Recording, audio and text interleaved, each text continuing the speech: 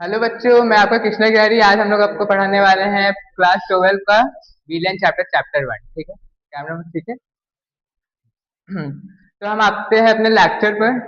लिखा है solution. Class 12 का पहला चैप्टर है केमिस्ट्री का, वो सॉल्यूशन, और हिंदी में से कहते हैं विलियन। अब पहले हम विलियन समझ लेते हैं। विलियन क्या होता है? विलियन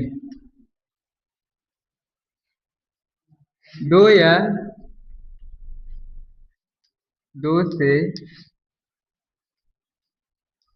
अधिक पदार्थों के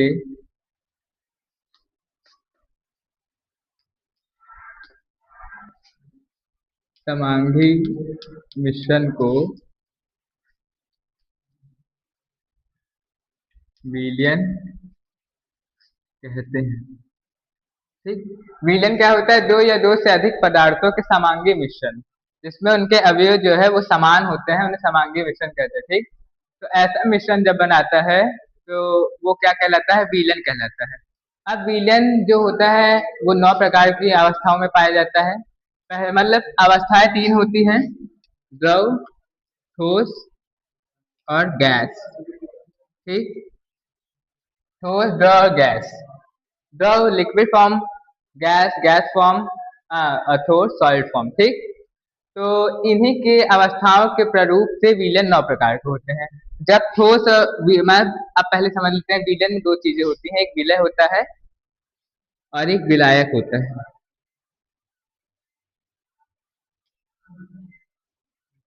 अगर विलय विलायक की भौतिक अवस्थाएं समान हो, पहचानने की प्रक्रिया बता रहे हैं।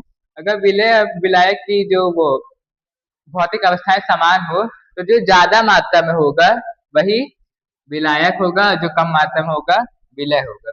लेकिन अगर भौतिक अवस्थाएं अलग अलग हो, जैसे अगर विलय आपका ठोस में है, द्रव में है, गैस में है, वो भी है, तो जो विलयन बनता है, अगर इनसे अगर ये ठोस है और द्रव है तो विलयन कैसा होगा? ये द्रव होगा। मतलब जो विलयन होगा वही विलायक की प्रकृति होगी।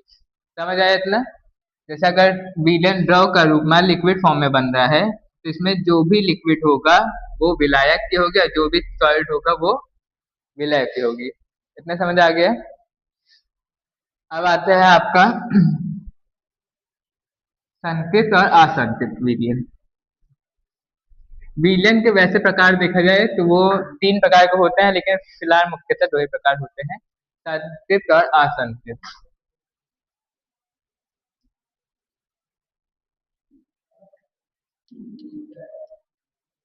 संकित और असंकित। संकित विलयन उन्हें कहते हैं जिनमें विलय विलायक की जो मात्रा होती है वो समान होती है। अगर संकित विलयन की बात करते हैं तो अगर 50 ग्राम चीनी है, 50 ग्राम जल में घोला जा रहा है, तो ये ऐसा जो विलयन बनता है, जो भी शरबत बनेगा वो आपका विलयन क्या होगा? संकित विलयन होगा। लेकिन असंकित में ऐसा नहीं होता। असंकित में जो विलायक होता है वो विलय से ज्यादा होता है। ठीक। विलायक अगर अगर मतलब 10 ग्राम चीनी अगर 80 ग्राम जल में मिलाया जा रहा है तो इससे प्राप्त विलयन जो होता है, जो शरबत बनेगा, वो कैसा होगा? असंतुलित विलयन होगा। अति संतुलित विलयन होता है एक, उसमें विलय विलायक की मात्रा असमान होती है। जैसे विलायक की मात्रा समान रहेगी लेकिन विलय की अत्यधिक मात्रा डालने पर वो विलयन कहलाता है अति संतुलित। ठीक। अब ये विलयन के प्रकार भी हो गए। अब आपका क्या आता है?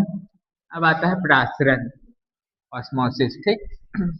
प्रासरण क्या होता है उसे सामने समझ लेते हैं। जैसे अगर एक कंटेनर है, ठीक, 2 कंटेनर है, एक ए और एक बी। इसकी सांद्रता अधिक है, इसकी सांद्रता कम है। इसकी सांद्रता अधिक, इसकी सांद्रता कम, और इसमें एक अर्ध पारगम्य झिल्ली लगा देता है। जब अधिक सांद्रता से कम सांद्रता की ओर गति होती है। गलती के लिए फिर से क्लास फिर डिस्टर्ब हो गई थी, लेकिन आज हम लोग प्राशन कंप्लीट करके आज हम लोग यहीं रोक देंगे क्योंकि लाइट की प्रॉब्लम है थोड़ी।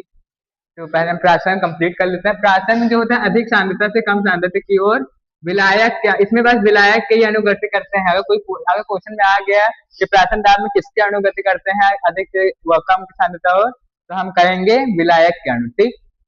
यहाँ से जाते हैं और इसमें क्या क्या इंपॉर्टेंट होती है? अर्ध पारगम्य झिल्ली का होना वो जरूरी होता है, और अधिक सांद्रता से कम सांद्रता विलयन का होना जरूरी होता है। ठीक।